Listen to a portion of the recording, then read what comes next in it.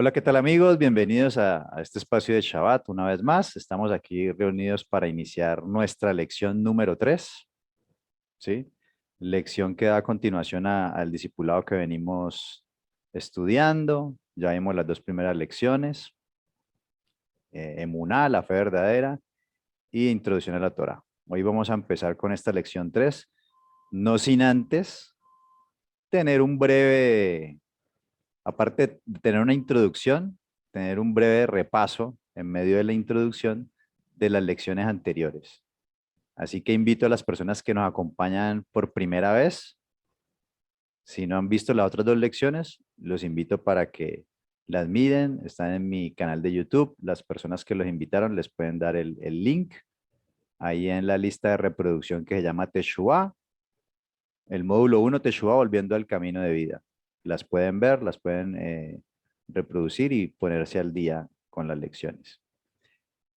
Bueno, en esta lección de hoy tienen una imagen, no sé qué, no sé qué piensan ustedes. Veo un pasaporte, unos documentos, un mapa, un avión, y uno se preguntaría, bueno, vengo a un tema como de la Biblia, como de la palabra de Dios, y veo como unos documentos que no tienen nada que ver con la escritura.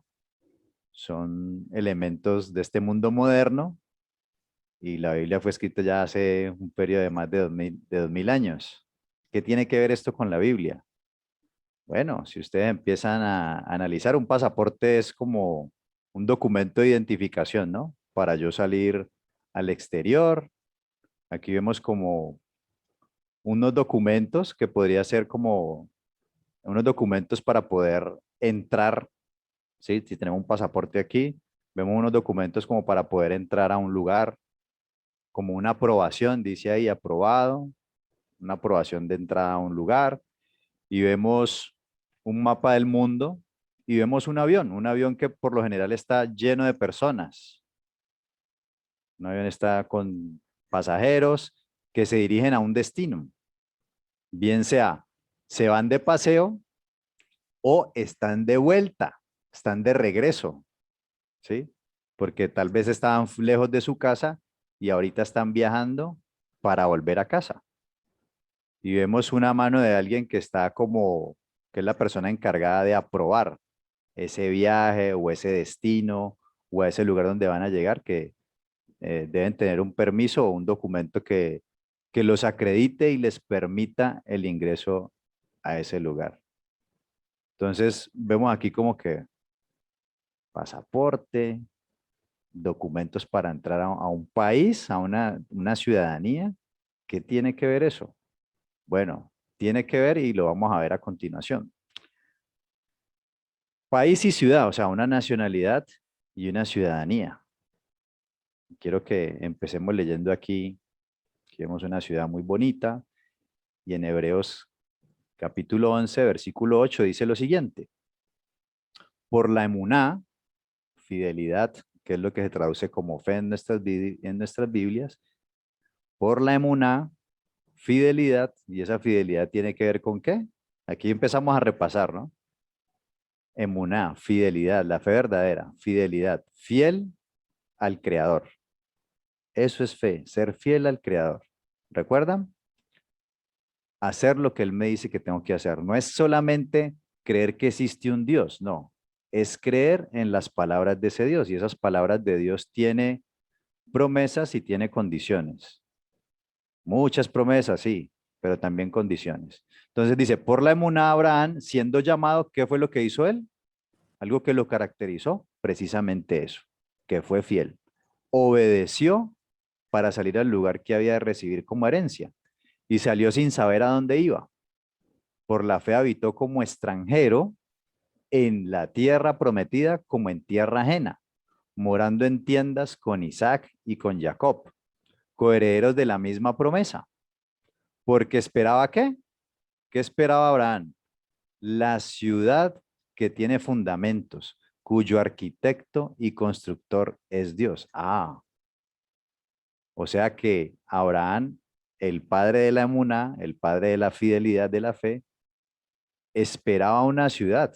cuyo arquitecto era y constructor era Elohim. O sea que sí hay una ciudad. Dice, por la emuná también la misma Sara, siendo estéril, recibió fuerza para concebir y dio a luz aún fuera del tiempo, porque creyó que era fiel quien lo había prometido, por lo cual también de uno, y ese ya casi muerto, salieron como las estrellas del cielo en multitud. Ya Abraham, un hombre ya de avanzada edad, casi 100 años, ¿sí? Tuvo un hijo y ahí salieron una multitud como las estrellas del cielo y dice, y como la arena innumerable que está a la orilla del mar, una descendencia.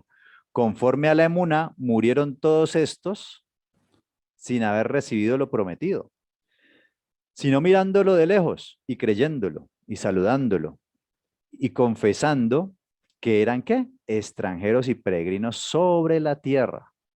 Porque los que esto dicen claramente dan a entender que buscan ¿qué? Una patria. Ah, o sea que hay una ciudad y sí hay una patria que estaban esperando, que estamos buscando. Pues si hubiesen estado pensando en aquella de donde salieron, ciertamente tenían tiempo de volver. Ciertamente tendrían tiempo de volver. Ellos no estaban pensando en el lugar de donde salían, sino el lugar donde iban a ir. Pero anhelaban una mejor, esto es celestial, por lo cual el bendito Elohim no se avergüenza de llamarse Elohim de ellos, porque les ha preparado ¿qué? Una ciudad. Es decir, que la palabra nos muestra que sí se trata de un país y sí se trata de una ciudad. ¿Y qué necesitamos para poder ingresar a un país? A un país. Necesitamos ¿qué? Pues primero que nos den la entrada, que seamos aprobados para entrar, que nos den una visa de turista. Bueno, en este caso no hay visa de turista para esa ciudad de Elohim. No necesito una visa de turista, sino una visa de nacionalidad, ¿no? Es que se dice así, que me den la nacionalidad para yo poder ir allá. Si no, no puedo entrar. Y para ello necesito una identificación. Necesito un documento de identificación. Y ese documento de identificación, ¿qué es lo que va a mostrar? Bueno, mi identidad. ¿Quién soy? ¿Quién soy yo? Y esa es la pregunta. ¿Quiénes somos? Por eso esta lección número 3 tiene ese título, identidad. ¿Quién soy en el Mesías? ¿Sabemos quiénes somos en el Mesías? Bueno, vamos a mirarlo. ¿Por qué es importante la identidad? ¿Qué es la identidad? La identidad es un conjunto de rasgos propios de un individuo o de una colectividad que los caracterizan frente a los demás. ¿Sí? Aquí hablamos de una ciudad, de un país, o sea que no solamente hablamos de nosotros como individuos solos, sino de una colectividad. Y esa colectividad tiene unos rasgos propios, que son los que, ¿qué? Los que los caracterizan. Hay algo que los caracteriza frente a los demás, es decir, a los demás pueblos. Dice, conciencia que una persona o colectividad tiene de ser ella misma y distinta a los demás. Es decir, saber quién soy, quién represento, cuáles son mis características que me van a diferenciar de los demás. ¿Y por qué viene esto a cuento? Porque yo necesito saber quién soy. Cuando yo sé quién soy, tengo clara mi identidad, va a ser mucho más fácil entender de dónde vengo y para dónde voy y saber cuál es mi propósito en este mundo. Si yo no tengo ni idea ni siquiera quién soy, no tengo clara mi identidad, va a ser muy difícil. Voy a estar perdido o fácilmente me voy a mover de un lugar para otro, pero no voy a tener un rumbo fijo. Voy a andar sin propósito, sin un propósito claro. Ahora, miremos aquí en este pasaje en Juan 17:3.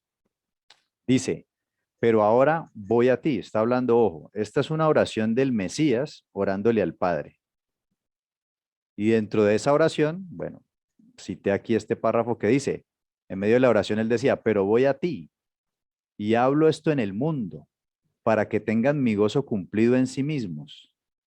Yo les he dado tu palabra y el mundo los aborreció, porque no son del mundo, como tampoco yo soy del mundo. ¿Qué fue lo que nos vino a dar el Mesías? La palabra de su Padre. Él le está orando al Padre y está orando por sus discípulos y por los que van a creer en él. Y él dice, yo les he dado tu palabra. Y a los que han estado viendo las dos primeras lecciones, ¿a qué palabra se está refiriendo? A la palabra del Padre. ¿Cuál? La Torá que él dio. Esa es la palabra. Y por esa palabra, que es como leíamos acá en la definición, es lo que nos caracteriza. Esa palabra es la que nos caracteriza, en los que nos caracteriza, perdón. En esa palabra es donde estamos asentados, donde tenemos raíces, es la que nos va a dar esa identidad. Y dice, yo les he dado tu palabra y el mundo los aborreció porque no son del mundo, como tampoco yo soy del mundo. ¿Por qué? Porque esta palabra es la que nos caracteriza y nos hace ser diferentes de los demás. Y por esa palabra es que el mundo los va a aborrecer. Por esa palabra. Dice, no ruego que los quites del mundo, sino que los guardes del mal. No son del mundo, como tampoco yo soy del mundo. Santifícalos en tu verdad. Tu palabra es la verdad. ¿Para qué nos dio esa Torá? Esa Torá que fue entregada a Moisés y que luego vino a ratificar el Mesías. Para santificarnos. El Mesías decía, y dice la escritura, que la Torá es la verdad.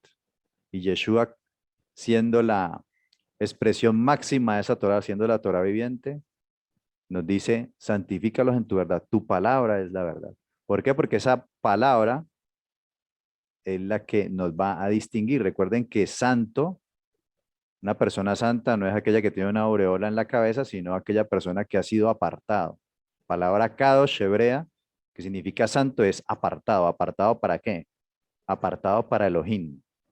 Apartado para vivir como Elohim dice, no como el mundo. Por eso el mundo nos aborrece, porque nosotros no vivimos conforme a los parámetros del mundo, sino que vamos a vivir conforme a los parámetros de la palabra, de la Torá.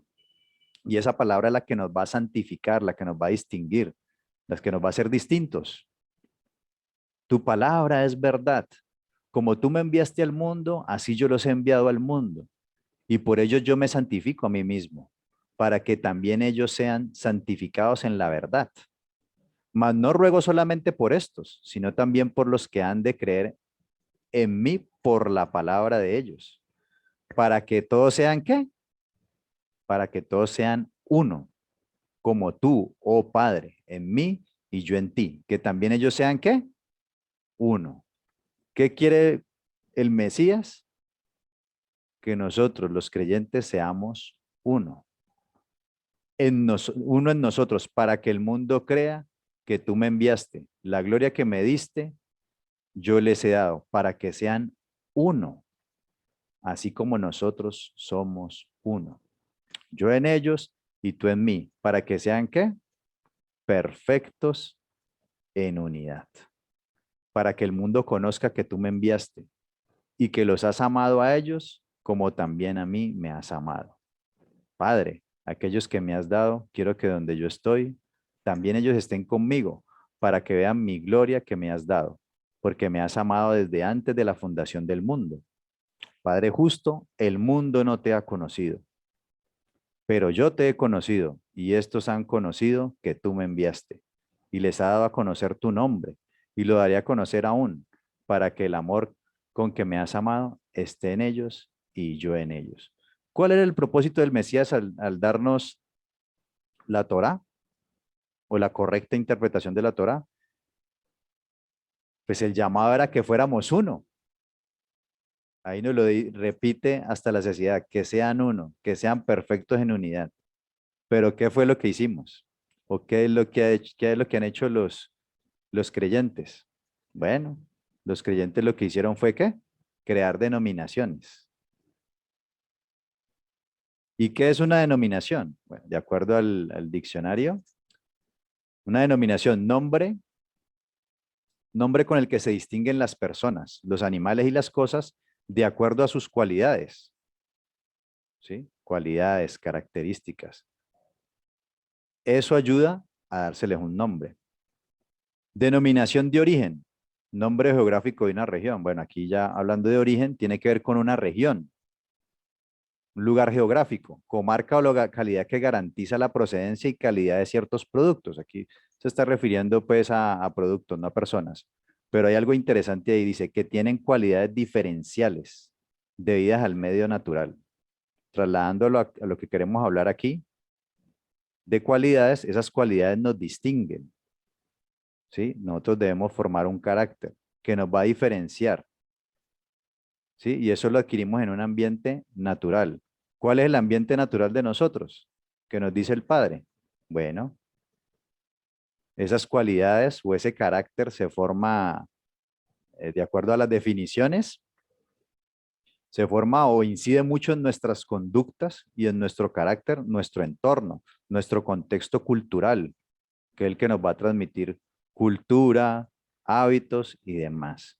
Por eso, la cultura que debe tener los creyentes en el Mesías debe ser una cultura de acuerdo a su Torá, de acuerdo a la palabra que el Eterno nos dio, porque recuerden que el Creador lo que quería era formar una nación, y a esa nación se le va a entregar una legislación, que es la Torá, y eso es lo que nos va a distinguir. El Creador no quería montar una religión, o sea, nunca habló de crear una religión, él habló fue de crear una nación. Pero nosotros, ¿qué hemos hecho? Hemos creado denominaciones. Hemos creado naciones, denominaciones, ¿sí? Cuando yo creo en el Mesías, ¿en qué me convierto? ¿Qué identidad tengo? ¿Será que soy católico? ¿Me convierto en católico, apostólico y romano? ¿Será que me convierto en ortodoxo o en anglicano? ¿O soy un protestante? Y bueno, todas ellas tienen diferentes denominaciones o ramificaciones, con diferentes costumbres incluso, con diferentes modos y maneras de hacer las cosas. O luterano, o presbiteriano, o soy cristiano, o soy judío mesiánico, soy raíces hebreas, ¿sí? O lo que dicen muchos de los de aquí, soy un gentil. Yo no soy un judío, sino que somos la iglesia de los gentiles, ¿sí? Porque no somos judíos. ¿O será que soy evangélico o adventista, testigo de Jehová, mormón? Bueno, para su información en estos momentos ya hay más de 40.000 denominaciones. 40.000 denominaciones y todos ellos creen en el Mesías. Lo curioso es que el Mesías dijo que él quería que fuéramos, ¿qué? Uno, que fuéramos una perfecta unidad. ¿Y qué nos hemos encontrado? Que llegamos nosotros, creímos en él y lo que hicimos fue una división total. Miren, más de 40.000 denominaciones. Si usted va a cada una de estas denominaciones, incluso dentro de esas denominaciones, para que haya más de 40.000, deben ser de las congregaciones que son, ¿cómo se dice? O sea, que no pertenecen a ninguno de estos grupos grandes, sino que son independientes. O sea, que si su congregación no está adscrita a uno de estos grupos, la congregación donde usted de pronto pueda ir en este momento, sea una iglesia independiente, entonces ponga un nombre ahí, ponga el nombre de esa congregación aquí, ¿sí? No sé, Vida Nueva para el Mundo o Misión para las Naciones o alguna de esas iglesias que no está suscrita a uno de estos grandes movimientos religiosos. Póngalo ahí, que eso hace parte de esas 40.000 denominaciones. ¿Será que cuando yo creo en el Mesías me convierto en una de ellas? Porque usted va a cada una de ellas y normalmente le dicen que esa es la verdadera iglesia o que el Mesías vino a fundar la iglesia y que esa iglesia es esa donde están ahí. Usted le dice que al católico le va a decir, no, es que el cura le va a decir, no, es que esta es la verdadera iglesia, lo mismo le va a decir el ortodoxo, el anglicano, lo mismo le va a decir el protestante, y cada uno de ellos va a tener ciertos argumentos para decir por qué esas no y ellos sí. Algo en lo que concuerdan todos es que son una iglesia gentil, no, es que no somos judíos, somos gentiles. Y en los estudios que hemos visto, nos hemos dado cuenta que normalmente lo que la gente dice, no, es que la Torá es para los judíos. Nosotros los gentiles, la iglesia de los gentiles, no tenemos que guardar la Torá. Los invito para que vean el estudio de introducción a la Torá y ahí podamos comprender un poco más esto. Pero ¿será que somos una iglesia gentil? ¿Será que cada una de estas argumenta ser la verdadera? Y estamos totalmente divididos. En la época del Mesías, habían varios grupos. Recuerden que el Mesías era judío. Ese sí era judío y bien judío. Lo mismo que los apóstoles y los primeros creyentes. En esa época habían diferentes movimientos. Y esos movimientos, digamos que los principales, eran los fariseos, los saduceos, los esenios. Y cuando vino el Mesías se formó un movimiento que era el movimiento de los nazarenos o del camino, que ya después con el tiempo los empezaron a llamar meshigín o cristianos. Meshigín en hebreo o cristianos en griego. Esos grupos, esos cuatro grupos, digámoslo así, que habían en esa época, coincidían en algo, o sea, tenían sus diferencias en algunas interpretaciones, pero coincidían en algo, coincidían en que había que guardar la Torá. El Mesías también enseñó eso, y eso lo estuvimos viendo. Pero resulta que después del Mesías, los creyentes en el Mesías se dividieron en todas estas denominaciones que estamos viendo. Y lo curioso es que la mayoría, el 98% o el 99%, también coinciden, pero en lo contrario. No en que hay que guardar la Torá, sino lo contrario, en que no hay que guardar la Torá, en que la Torá no es para ellos. Increíble eso, cuando estamos predicando y profesando seguir al Mesías. Yo debo imitar a quién, al Mesías, y resulta que el Mesías vino fue a guardar la Torá. Y sus seguidores, la mayoría de estas 40.000 denominaciones, están enseñando que no hay que guardar la Torá, y entonces, ¿en cómo estamos imitando al Mesías? Que somos una iglesia gentil. ¿Será que el Mesías vino a formar una iglesia gentil? ¿Cuándo empezó la iglesia? Es la pregunta. ¿Cuándo empezó la iglesia? La mayoría te va a decir que empezó en Hechos capítulo 2, con la predicación de Pedro, que se convirtieron, entre otras cosas, dice que como 3.000 personas, y todos ellos eran judíos, no eran gentiles.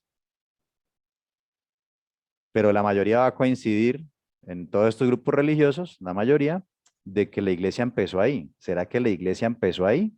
En Hechos 2. En Hechos 2 recuerden que ya el Mesías había muerto, había resucitado, ya se le había aparecido a los apóstoles, ya había en Hechos capítulo 1, les dice que se queden en Jerusalén porque va a venir sobre ellos el poder, el Ruach HaKodesh, para que den testimonio de él. Y acto seguido viene Hechos 2 cuando predica a Pedro y se convierte en 3.000. Y dice que ahí es derramado el Ruach HaKodesh.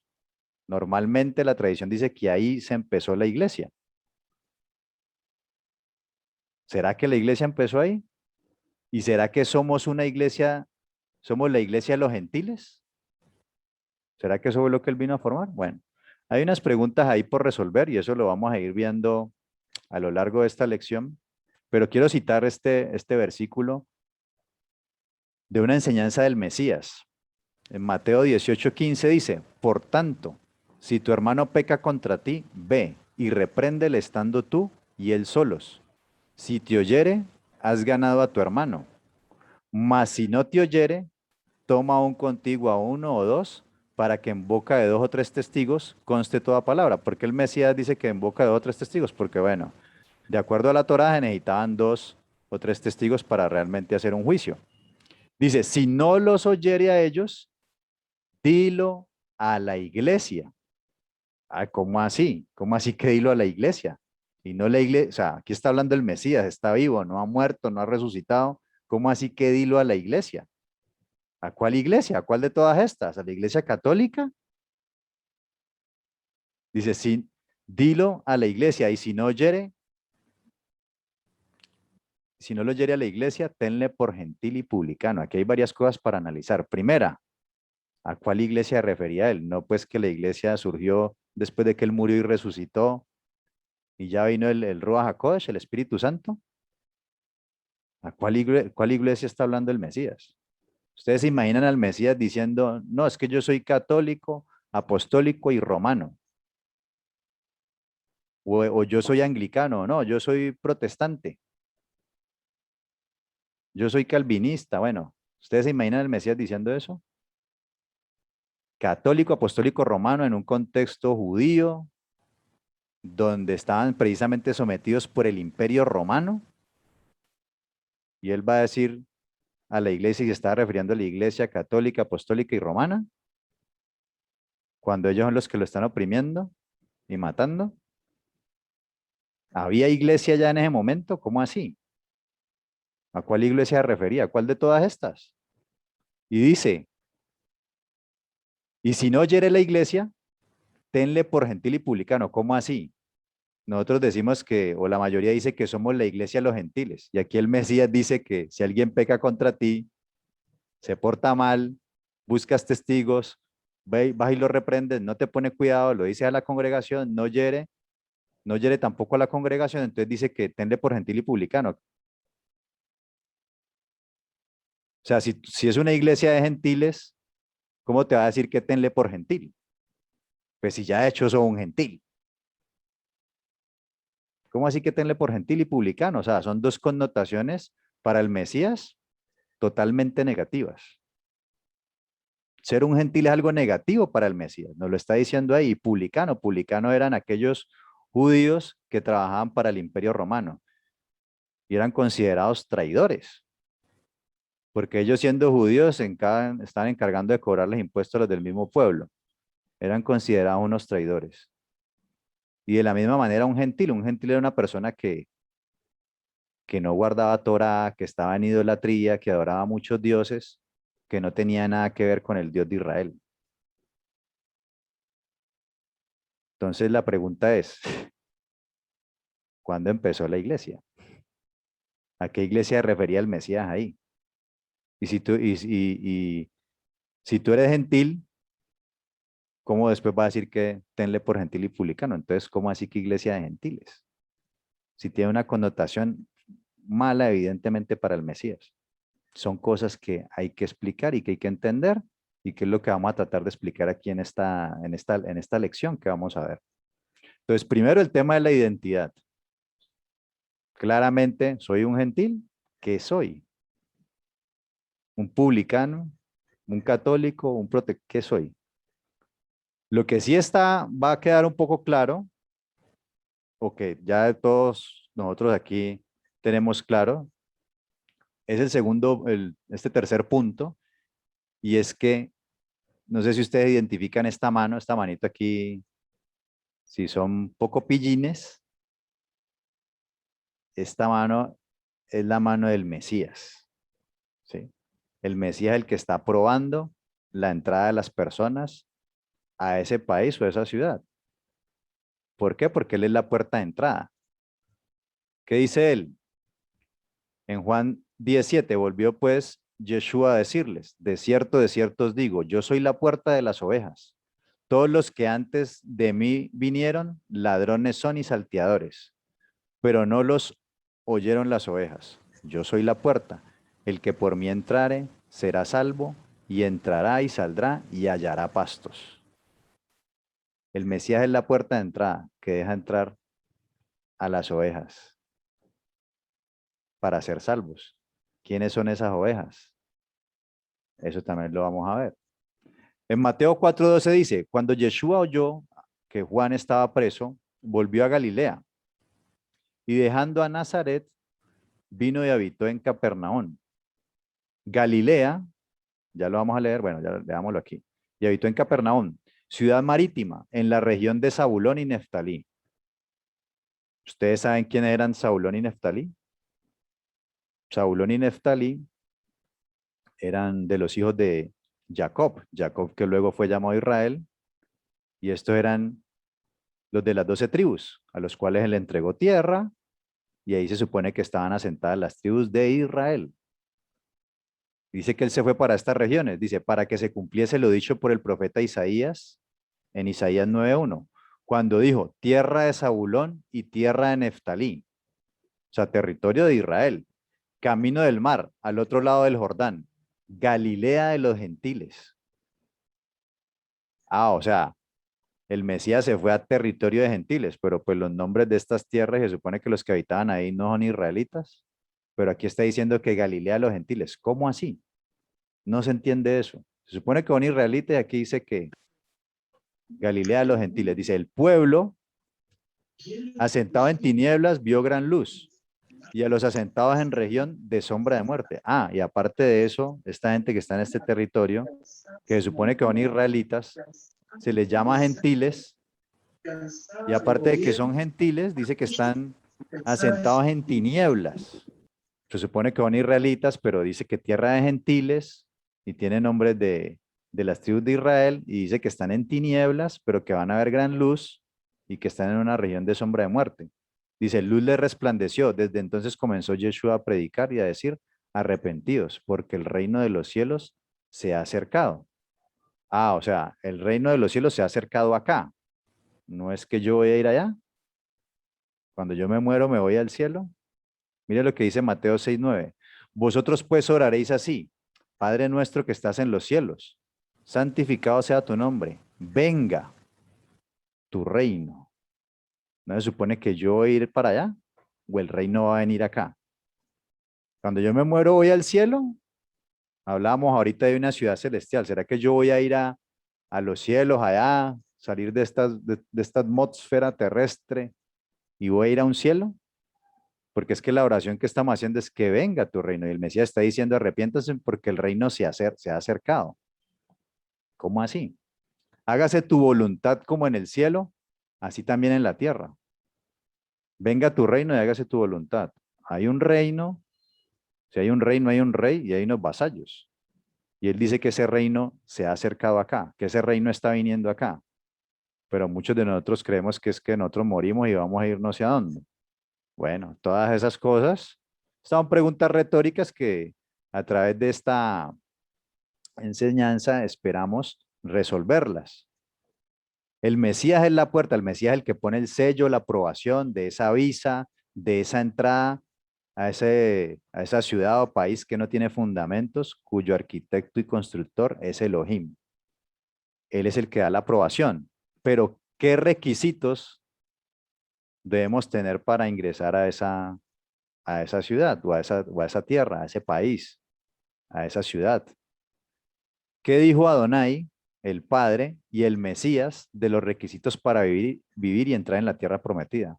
Recuerden que la profecía es cíclica y se tiene un cumplimiento hoy y mañana tiene un mayor cumplimiento. En el pasado se cumplió y circularmente va avanzando y cada vez va teniendo un mayor cumplimiento. En Deuteronomio 4:1 dice, ahora pues, israelitas, escuchad las leyes y decretos que os he enseñado y ponedlos en práctica para que viváis y ocupéis el país que el Señor y Dios de vuestros antepasados os va a dar. O sea, ¿qué debían hacer ellos en la tierra? Escuchar las leyes y los decretos. Mire que les he dicho a los que han estado estudiando conmigo que el Eterno lo que quería formar cuando liberó al pueblo era una nación, no una religión. El Eterno en ninguna parte dice que venía a formar una religión. Ni el Mesías dijo que venía a formar una religión. El Eterno lo que habla es de formar una nación. Por eso liberó al pueblo de Israel, le dio una tierra, le dio tenían ya una lengua. ¿Qué caracteriza una nación? A las naciones que tienen un territorio, que tienen una lengua y que tienen unas leyes, una constitución. Eso fue lo que hizo el Eterno. Los sacó a darles una tierra, ya tenían una lengua y ahora ¿qué les iba a entregar? La constitución. ¿La constitución de qué? Del reino, porque recuerden que llamó a Israel para santificarlo, lo sacó. Y dice ahí, para ponerlos en prácticos y para cuando se ponían en práctica, ¿qué pasaba? Iban a vivir. Se ponen en práctica para vivir. Nosotros acá, en cada país en que estamos, tenemos leyes. Y esas leyes son para qué? Para aplicarlas para qué? Para vivir. No son para morir. Si yo las quebranto, es que van a traer dificultades a mi vida. Dice, y ocupéis el país que el Señor y Dios de nuestros antepasados os va a dar. No añadáis ni quitéis nada a lo que yo os ordeno. Mire, no le añadas ni le quites a esa palabra. cumplid los mandamientos del Señor vuestro Dios que yo os ordeno. Yo os he enseñado leyes y los decretos que el Señor mi Dios me ordenó, para que los pongáis en práctica en el país que vais a ocupar. Esto es profético. Dice, cumplidlos y practicadlos, porque de esta manera los pueblos reconocerán que en vosotros hay sabiduría y entendimiento. ¿Sí?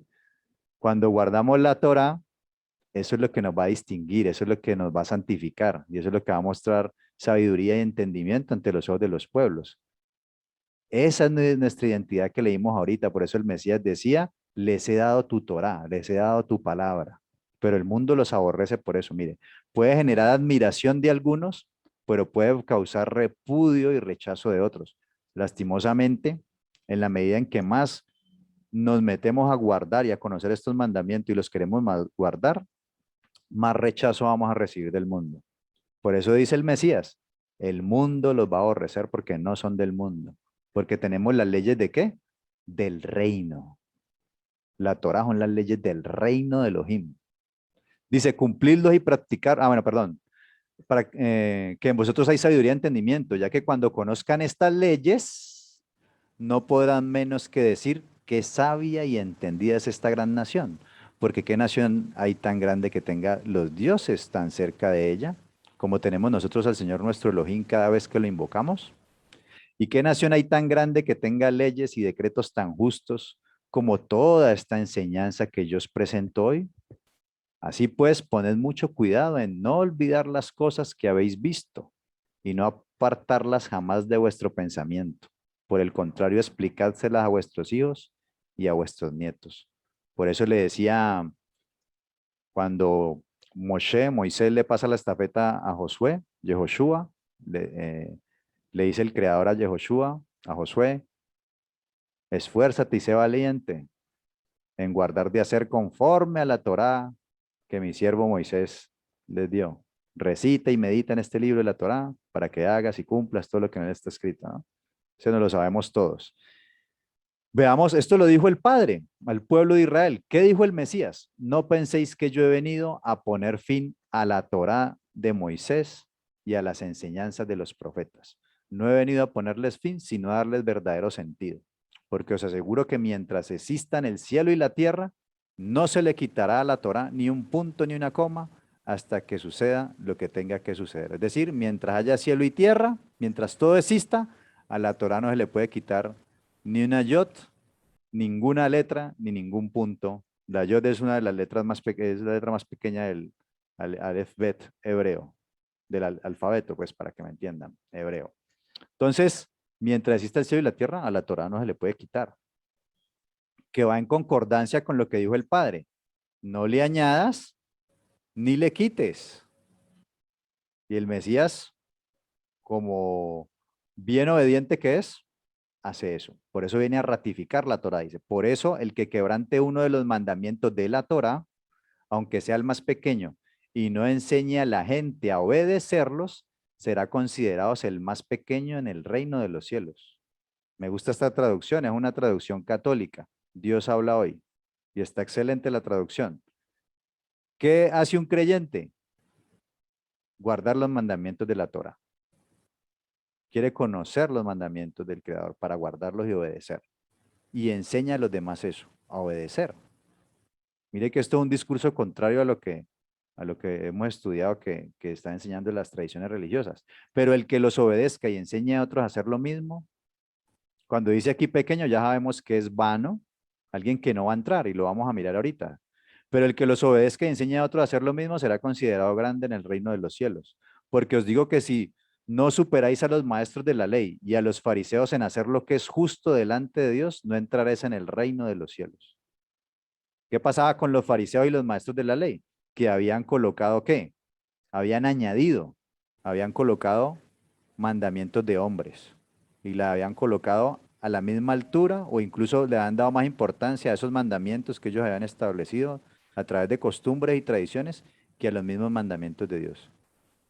Y el problema no es en sí esas costumbres o tradiciones o mandamientos de hombres, no, el problema no es en sí eso, porque pueden haber costumbres, tradiciones y mandamientos de hombres que no quebrantan o no te llevan a violar los verdaderos mandamientos de Dios. El problema es cuando ellos me llevan a quebrantar esos mandamientos en determinado momento se convierte en una carga para la gente. Porque si vos quebrantabas uno de esos mandamientos, era como si quebrantaras un mandamiento de Dios. Entonces la gente, si habían 613 mandamientos, ahorita ya habían 2000 mandamientos. Entonces empezaron a volverla cargosa. Y eso lo hemos estudiado. ¿Y saben una cosa? Los sistemas religiosos de hoy en día, que vimos ahorita dentro del cristianismo, hacen lo mismo. Colocan mandamientos de hombres por encima de los mandamientos de Dios.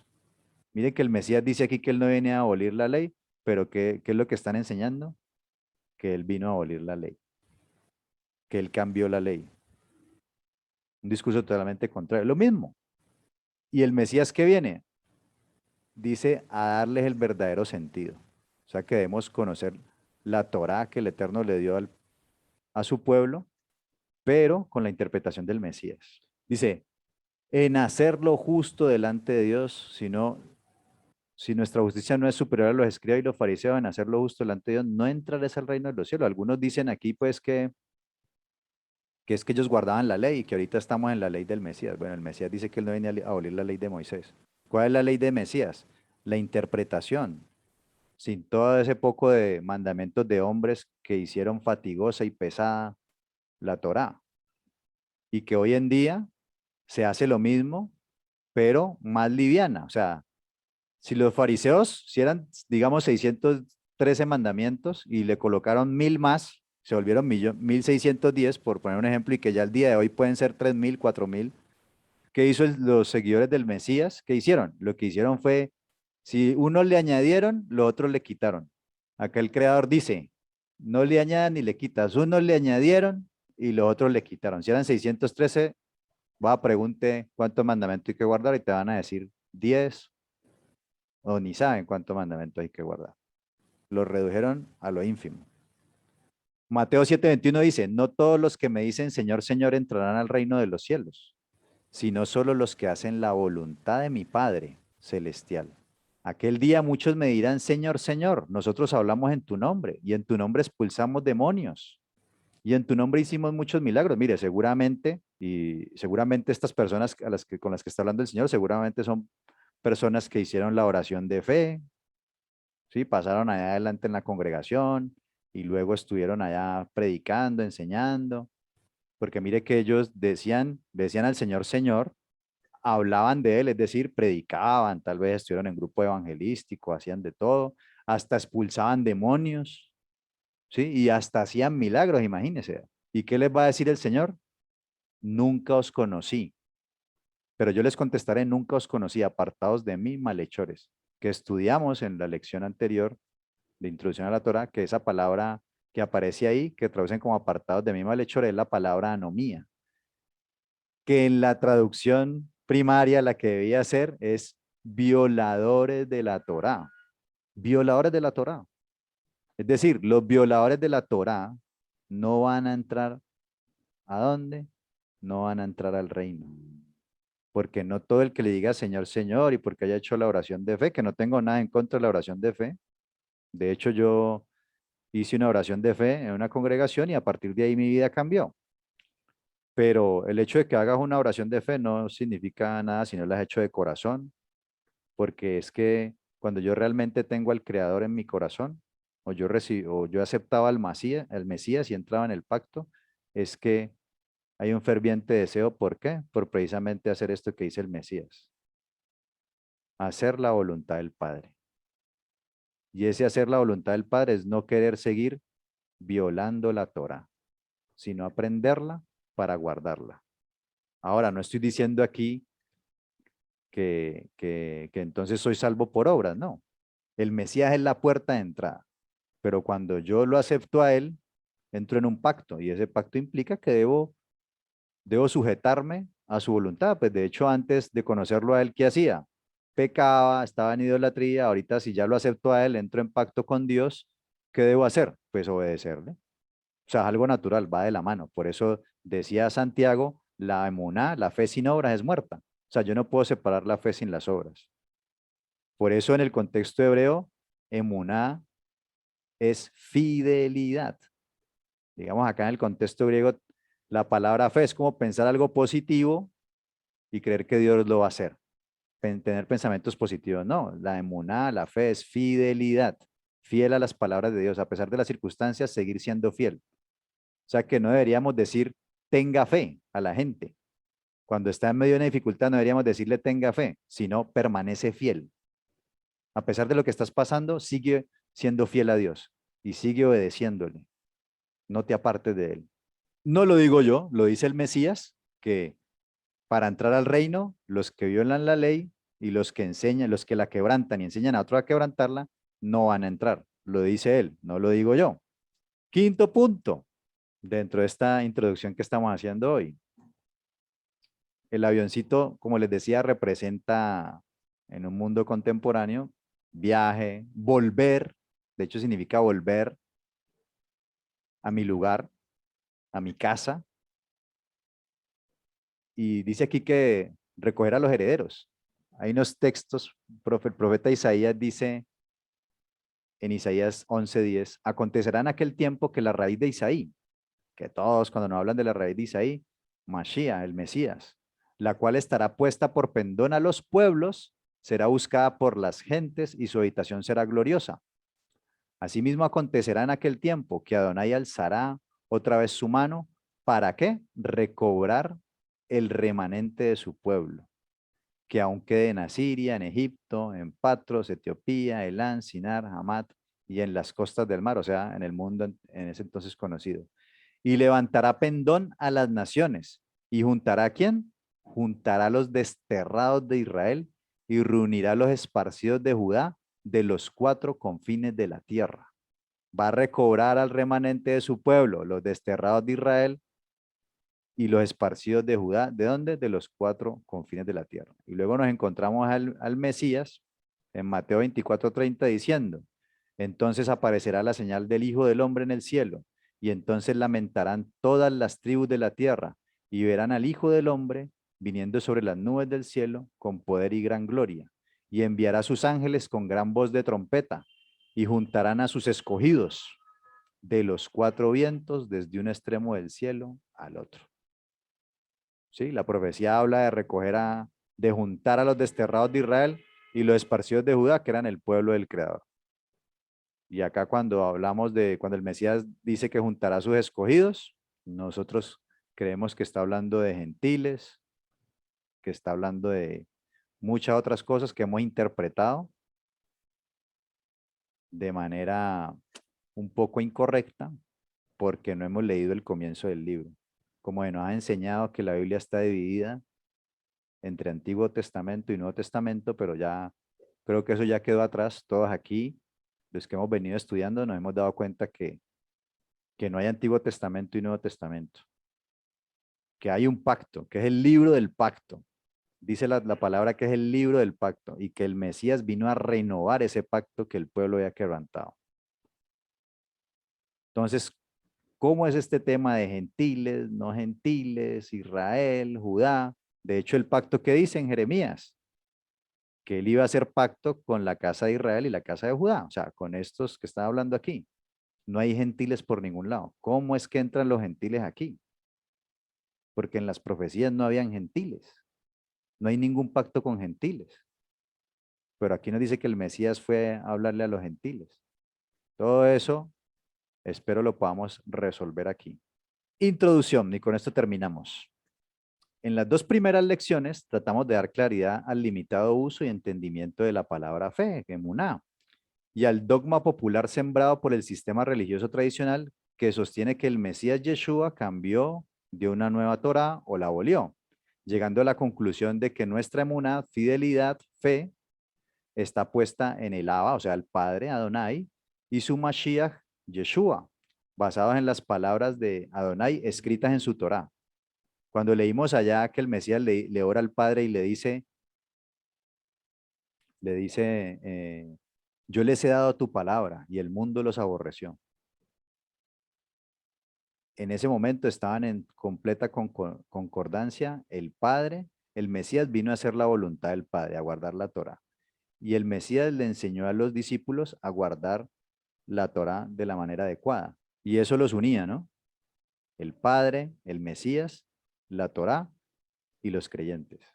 Entonces aquí tenemos que nuestra emuná está puesta pues en el Padre, en el Mashiach, y de acuerdo a las palabras que están en la Torá, donde encontramos el camino para llegar al Padre, entendiendo que la manifestación máxima de esa Torá es Yeshua el Mesías, la Torá viviente, quien no vino a cambiarla o a abolirla, sino a levantar su pleno valor, enseñarla y cumplirla para que todos los creyentes en él sigan su ejemplo de obediencia a la Torá del Padre. Ahora bien, aclarados ya estos dos primeros temas, entendemos que nuestra emuná, nuestra fidelidad al Creador, la demostramos guardando su Torá. O sea, la única forma en que yo me doy cuenta que alguien es un verdadero creyente es que yo lo vea obedeciendo. ¿Sí? No que me diga, ah, sí, yo creo en el Dios de Israel, y lo ve uno haciendo todo lo contrario, lo ve uno adulterando, mintiendo, robando, ¿sí? Hablando en conversaciones vanas, hablando mal de los demás, chismeando usted, y ese es el creyente. No, ¿usted qué espera ver? Mire, hasta el incrédulo espera ver en un creyente ¿qué? Obediencia al Dios que cree. Pero, ¿qué se está diciendo? Que yo no tengo que dar nada. Simplemente cree en el Señor y ya. Es más profundo. Dice, guardando su Torah, lo cual nos coloca en otra posición de debate frente al dogma religioso tradicional conocido como la teología de reemplazo, el cual nos enseña que los cristianos reemplazaron a Israel como pueblo de Adonai. Y en esta bolsa de cristianos ponga católicos, protestantes, porque pues digamos que todos reclaman eso, ¿no? Que ese nuevo pueblo reemplazó a Israel como pueblo del Creador, debido a su desobediencia y rechazo a Yeshua como el Mesías, que la Torah es solo para los judíos, quienes son el pueblo de Israel. Ya para el pueblo cristiano, la ley, la Torah, se cumplió en Yeshua. Por lo tanto, los cristianos, quienes son el nuevo pueblo de Adonai, no deben guardar la Torah dada a Moshe. Pero las preguntas a debatir y resolver serían, ¿es verdad el argumento de la teología del reemplazo? ¿Adonai desechó al pueblo de Israel por los cristianos? Se supone que Adonai es la fidelidad. Él es la emuná, él es la fidelidad. Es decir, él no cambia. Si desechó al pueblo de Israel, ¿por qué no va a desechar también a los cristianos? Si estamos diciendo eso, de que Adonai desechó a Israel, estamos diciendo que él no es fiel, cuando él es la fidelidad, él es la emuná. Otra pregunta, ¿Yeshua vino a establecer una religión llamada cristianismo, formando así un nuevo pueblo de Adonai? ¿Será que eso fue lo que él vino a hacer? Cuando yo creo en Yeshua como Mesías, me convierto en cristiano, formando así parte de un pueblo cristiano el cual está exento o no tiene que guardar la Torá. Estas preguntas requieren respuestas escriturales, pues alrededor de los últimos 1800 años, el dogma religioso tradicional, y cuando digo el dogma religioso tradicional, no me estoy refiriendo solamente al catolicismo, sino a todas las religiones que vimos ahí ahora rato. Lucho, entonces el dogma religioso tradicional nos enseñó dicha teología, la cual vamos a auditar en esta lección número 3. O sea, vamos a ver, vamos a tratar de resolver todas estas preguntas, hacer una auditoría de lo que nos han enseñado y a ver si eso es verdad. Israel, el pueblo de Adonai. Es necesario ver la historia del pueblo de Israel a lo largo del Tanaj, o sea, la Biblia hebrea, y aquí pues mal llamado Antiguo Testamento, pero la mayoría de la gente lo conoce así, para luego poder hacer bien la conexión con el Brit Hadashah, el pacto renovado, popularmente Nuevo Testamento, y entender así las palabras de Yeshua y los apóstoles. Utilizaremos también algunas fuentes históricas externas a las escrituras que ratifican o apoyan lo dicho en la Biblia. Así que mis amados, aquí apenas acabamos de hacer la introducción, un breve repaso, un poco de lo que habíamos visto en las otras clases, en las lecciones anteriores, y una introducción para ya dentro de 8 días comenzar ahora sí en forma nuestra lección y poder llenar, al final de esta lección, poder llenar cada uno esta hojita y que el Mesías, a ver si nos coloca su aprobación, ya entendiendo quiénes somos, de dónde venimos y hacia dónde vamos y cuál es nuestro propósito aquí en la tierra. Así que, amados hermanos, vamos a dejarlo hasta allí. Vamos a orar y luego podemos abrir los micrófonos para que si tienen alguna pregunta, alguna duda o algún aporte o sugerencia, lo podamos hacer. Padre amado, te damos muchas gracias por este espacio que nos has regalado hoy de Shabbat, por permitirnos estar en esta reunión, invocando tu santo nombre, estar delante de tu presencia y poder atender a este llamado, Padre, de venir a ti, de reunirnos en honor a ti y poder conocerte aún más. Padre, como lo decía tu Mesías, santifícanos en tu verdad, tu palabra, tu Torah es la verdad. Permítenos conocer esa Torah para ser santificados y para poder comprenderte mejor y hacer las cosas entendiéndolas, con un corazón dispuesto a hacerlas, Padre. Permite que al final de toda esta enseñanza pueda ver mi nombre ahí y la aprobación del Mashiach como militante de ese reino que estamos esperando. Te lo pedimos en el nombre glorioso de Yehoshua, el Mesías, el Rey de Israel. Amén y amén.